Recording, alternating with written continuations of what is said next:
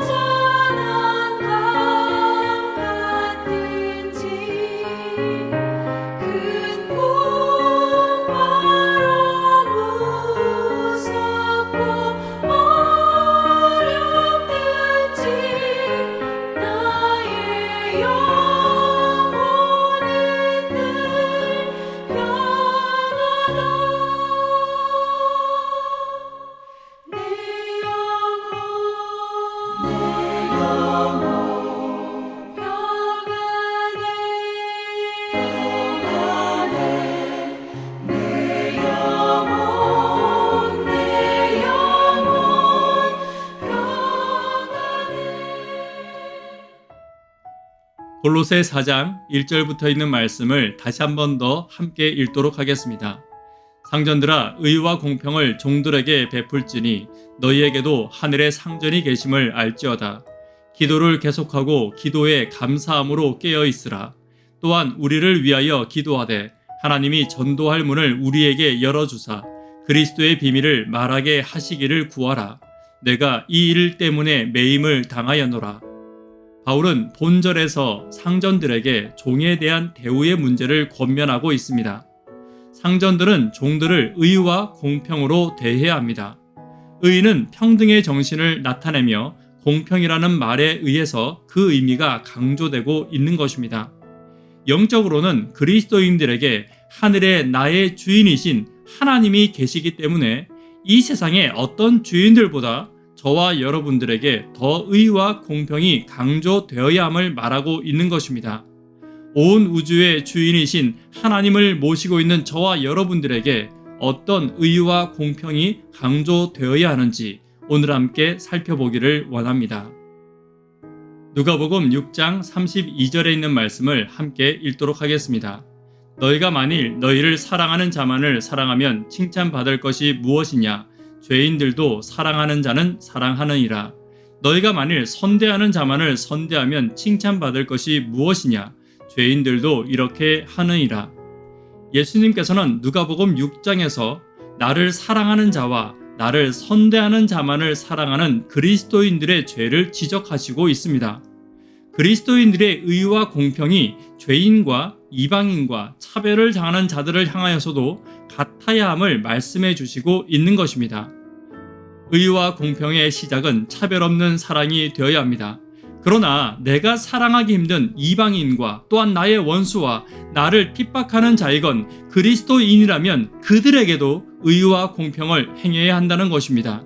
이것이 그리스도인 품성의 기준이 될 것입니다. 그렇다면 의와 공평을 행하는 삶이란 어떤 삶인지 함께 살펴보도록 하겠습니다. 첫 번째는 기도에 깨어있는 삶입니다. 2절입니다. 기도를 계속하고 기도에 감사함으로 깨어있으라.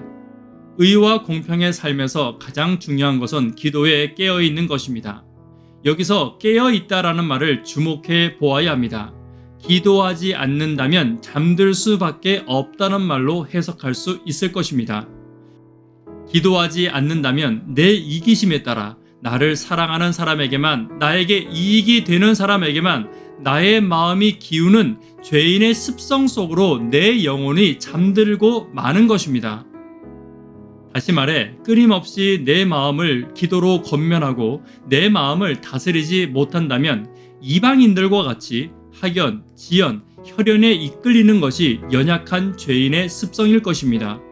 또 사사로운 감정, 내 마음에 드는 사람과 내 마음에 들지 않는 사람으로 구분하여 바르고 옳은 길을 선택하지 못하는 잘못을 범하게 되는 것입니다. 그리스도인들은 기도하기를 결코 잊어서는 안 됩니다. 나의 사사로운 감정과 이익과 이기심에 빠져서 자칫 감사할 기회를 잃어버리고 사랑할 의무와 책임을 잃어버리고 교회와 가정을 바르게 세울 기회를 잃어버려서는 안 될 것입니다. 오늘도 성령이 저와 여러분들의 마음을 주관하시어 의와 공평의 길을 가게 하시기를 간절히 바랍니다. 두 번째는 중보 기도를 잊지 말아야 합니다. 3절입니다. 또한 우리를 위하여 기도하되 하나님이 전도할 문을 우리에게 열어주사 그리스도의 비밀을 말하게 하시기를 구하라. 내가 이 일 때문에 매임을 당하였노라. 중보 기도는 기도의 꽃입니다. 저와 여러분들이 의와 공평의 길을 가기 위해 가장 먼저 실천해야 할 것이 중보 기도입니다. 기도가 넓은 사람은 넓은 사람이고 기도가 깊은 사람은 깊은 사람입니다. 반대로 기도가 좁은 사람은 좁은 사람이고 기도가 얕은 사람은 얕은 사람입니다. 저와 여러분들은 얼마나 넓은 기도의 폭을 가지고 계십니까? 내가 사랑하는 사람만을 위해서 기도하며 나는 기도를 열심히 한다고 하지는 않으십니까? 내 자신과 내 가족을 위해, 내 자녀를 위해 열심히 기도하면서 나는 기도를 열심히 한다고 생각하지는 않습니까? 이렇게 하는 기도는 이방인도 하는 기도이고 더 직설적으로는 죄인도 하는 기도입니다. 바울은 골로새 교우들에게 중보 기도를 요청하고 있습니다. 단순히 내 교회, 내가 아는 사람, 나에게 잘해주는 사람, 나에게 이익이 되는 사람, 나를 사랑하는 사람을 넘어선 기도를 요청하고 있는 것입니다. 저와 여러분들은 중보 기도에 있어서 의와 공평을 실천해야 합니다. 내 가족과 내가 사랑하는 사람을 위해 기도하듯 타인을 위해 기도해야 합니다. 그리고 심지어 원수를 위해서라도 기도하는 일에는 공평해야 합니다. 예수님께서 원수를 사랑하듯 내가 원수를 사랑할 수는 없습니다. 그러나 원수를 위해 기도할 수 있습니다. 그 영혼도 아픔이 있고 상처가 있고 어려움이 있기에 나는 원수를 위해서도 기도할 수 있어야 합니다. 욥이 자신에게 상처를 주는 친구를 위해 끝까지 기도했고 예수님이 자신의 손에 못 박는 군병들을 위해 끝까지 기도했듯이 중보 기도에 성공하는 성도는 의와 공평에 성공하는 성도가 될 것입니다. 오늘 저와 여러분들의 기도의 폭과 넓이가 예수님만큼 넓어지게 되기를 간절히 바랍니다. 세 번째는 전도의 문을 위해 기도해야 합니다. 바울은 전도의 문을 열어 그리스도의 비밀을 말할 기회를 위해 간구하라고 말하고 있습니다. 의와 공평의 삶은 이웃을 향해 내가 만나는 영혼을 향해 구원의 기회와 구원의 기쁨을 나누는 데도 공평해야 합니다. 물론 거절당하는 일이 더 많을 것입니다. 그러나 거절의 두려움보다 먼저 그 영혼을 사랑하는 마음으로 구원을 위해 기도하는 모습이 있어야 합니다. 어떤 분들은 자녀의 구원을 위해 또 가족의 구원을 위해 평생을 기도하십니다. 심지어 가족을 위해 금식하며 주야로 기도하고 계십니다. 마찬가지로 하나님이 사랑하는 영혼을 위해 같은 마음으로 간구하는 것이 필요합니다. 악한 마귀가 전도의 문과 그리스도의 비밀을 말하는 것을 막아설 때 기도의 능력으로 그 문을 열지 않으면 결코 그 문은 열리지 않습니다. 전도의 문을 위해 주님이 사랑하는 영혼을 위해 진실과 성실로 기도하는 저와 여러분 되기를 간절히 바랍니다. 네 번째는 때로는 매임을 두려워하지 말아야 합니다. 그리스도인은 복음을 위한 매임을 두려워하지 않아야 합니다. 내가 기도하는 일에 매이고 복음을 전하는 일에 매이고 때로는 말씀을 전하고 나누는 일에 매이는 것이 나를 지키는 일이 될 것입니다. 작은 말씀이라도 나누고 또 전도의 대상이 생긴다면 나는 그곳에 매일 것입니다. 때로는 그 매임이 조금 불편할 수 있고 조금 힘들 수 있지만 그것이 나의 마음을 지키고 나의 영혼을 지키고 나의 삶을 지키는 매임이 될 것입니다.